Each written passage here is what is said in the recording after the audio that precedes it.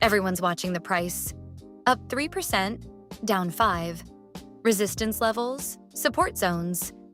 But while the world is glued to a number, something extraordinary is happening beneath the surface. Ripple's president just called 2026 the production era, the era where it all goes live. And she has receipts. BNY Mellon, the oldest bank in America, 242 years old, is now holding Ripple's stablecoin, RLUSD, in their vaults. Today, Fidelity is building on it. Citi is building on it. Deutsche Bank is building on it. These are the institutions that run the global financial system. And they chose XRP, then Australia. A stablecoin called AUDD just became the first government-licensed digital currency operating on the XRP ledger, a fully licensed financial instrument processing real money on a public blockchain. Right now, 2.7 million transactions crossed the XRP ledger this week alone.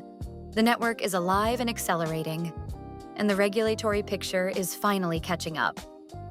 The Clarity Act, a bill that would officially classify XRP as a digital commodity, has 90% odds of passing by April, according to Ripple's CEO. That means a clear green light for every institution, every fund, every portfolio manager ready to move. 7 straight days of positive ETF inflows. Over $1.25 billion in cumulative assets. The momentum is real. Every technology that changed the world followed the same arc. Years of quiet building. Then adoption so gradual, so total, that one day you can't imagine life without it. The internet followed this arc. Smartphones followed this arc. And right now, XRP is crossing that line. From early infrastructure into global adoption. Here's what makes this moment special. Money that moves at the speed of thought. Transactions that settle in seconds, anywhere on Earth. A financial system that works 24/7, built for the way we actually live.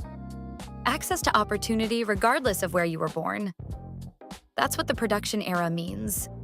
The infrastructure the world needs is ready. And the people paying attention right now? They're not just watching history. They're part of it. Light creates light.